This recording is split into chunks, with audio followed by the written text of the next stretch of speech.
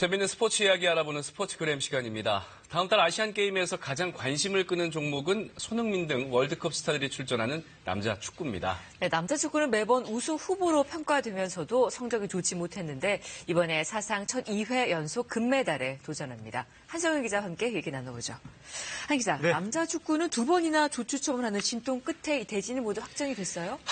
조추첨을 했는데요. 이달 초에 했거든요. 두 나라가 누락이 되는 그런 국제대회에서 참 믿기 어려운 상황이 일어났습니다. 네. 결국은 조추첨을 다시 했는데 우리나라가 불운을 겪으면서 다른 나라보다 불리한 입장에서 이번 아시안게임을 시작하게 됐습니다.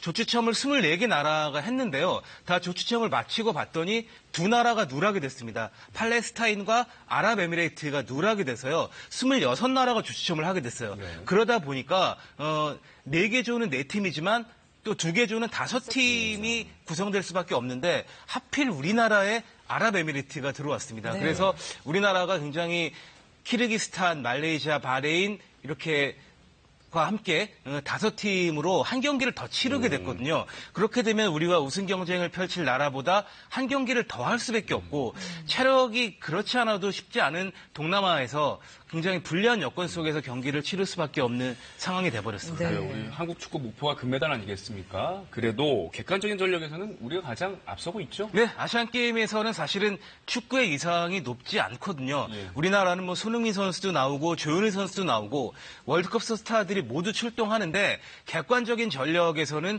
우리나라가 단연 앞서 있다. 이렇게 보면 좋을 것 같습니다. 손흥민 선수를 비롯해서 우리가 와일드카드 3명이 출전하거든요. 조현일 선수도 있고 J리그에서 뛰는 황의조 선수도 있습니다. 원래 아시안게임 출전 연령이 23세 이하인데요. 3명이 한해서 24세 이상 선수들을 출전시킬 수 있거든요. 그런데 이렇게 24세 이상 선수를 출전시키는 나라는 현실적으로 우리나라를 제외하고는 거의 없다. 이렇게 봐도 좋습니다. 일본 같은 경우는 21세 선수들이 출전하는데요.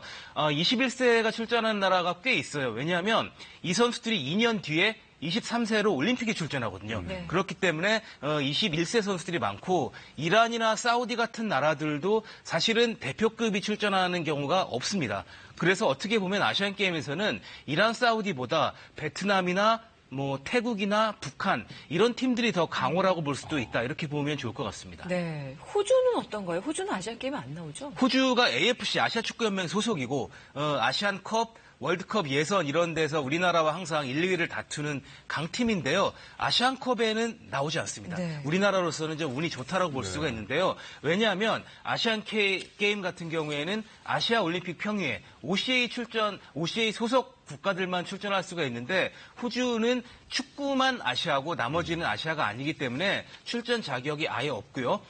카자흐스탄 같은 경우는 조금 특이한 것이 아시아 올림픽 평의회 소속이기 때문에 정상적으로 아시안게임에 출전합니다만 축구만은 네. 유럽연맹 소속이거든요. 네. 축구에는 출전하지 않아요. 사실은 카자흐스탄이 출전하게 된다면 상당히 좀 강팀이라고 볼 수가 있는데 우리나라로서는 우리가 최강 전력인데다가 호주와 카자흐스탄이 출전하지 않기 때문에 상대적으로 축구는 좀 더 쉽다라고 볼 수가 있습니다. 네. 이렇게 우리나라가 최강 전력이라서 매번 아시안게임마다 우승 후보로 분류가 되고는 있지만 우승에 실패한 적이 훨씬 더 많았어요. 예, 그렇습니다. 사실은 우리나라가 월드컵으로 치면 아시안게임의 대한민국은 독일 플러스 브라질이라고 해도 좋을 정도로 압도적인 전력입니다만 독일, 브라질이 매번 우승하는 것이 아닌 것처럼 공은 둥글고 이상하게 우리가 실력에 비해서 성적은 좋지 않았습니다.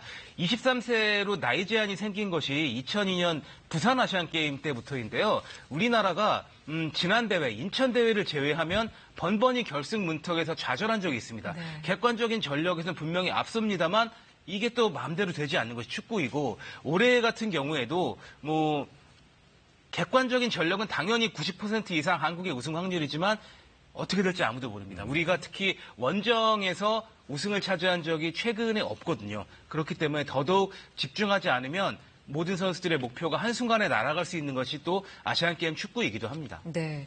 아시안게임 일정을 보니까 짧은 기간에 아주 다양한 경기들 많이 치르더라고요. 월드컵과 비교하면 좋을 것 같은데요. 네. 월드컵은 한 달 정도 경기를 치르는데 네. 아시안게임은 한 16일 정도에 끝내야 되기 때문에 축구 일정이 굉장히 빡빡합니다. 사실은 피파 A매치는 최소한 이틀의 휴식 기간이 있어야 되거든요. 그런데 아시안게임은 공식 A매치가 아니기 때문에 뭐 심지어 하루 걸러 경기를 하기도 하는 그런 험난한 일정이고요. 우리나라는 여기에 예선에 3경기를 더한다는 점까지 고려하게 된다면 그렇죠. 체력이 굉장히 바닥날 수가 있고요. 또 한 가지는 엔트리가 월드컵은 23명인데 비해서 아시안게임은 20명밖에 되지 않습니다. 네. 여기에 뭐 현지의 날씨, 인도네시아가 원래 더운데 가장 더운 계절이기 때문에 이 체력을 어떻게 극복하느냐가 변수가 될 것 같습니다.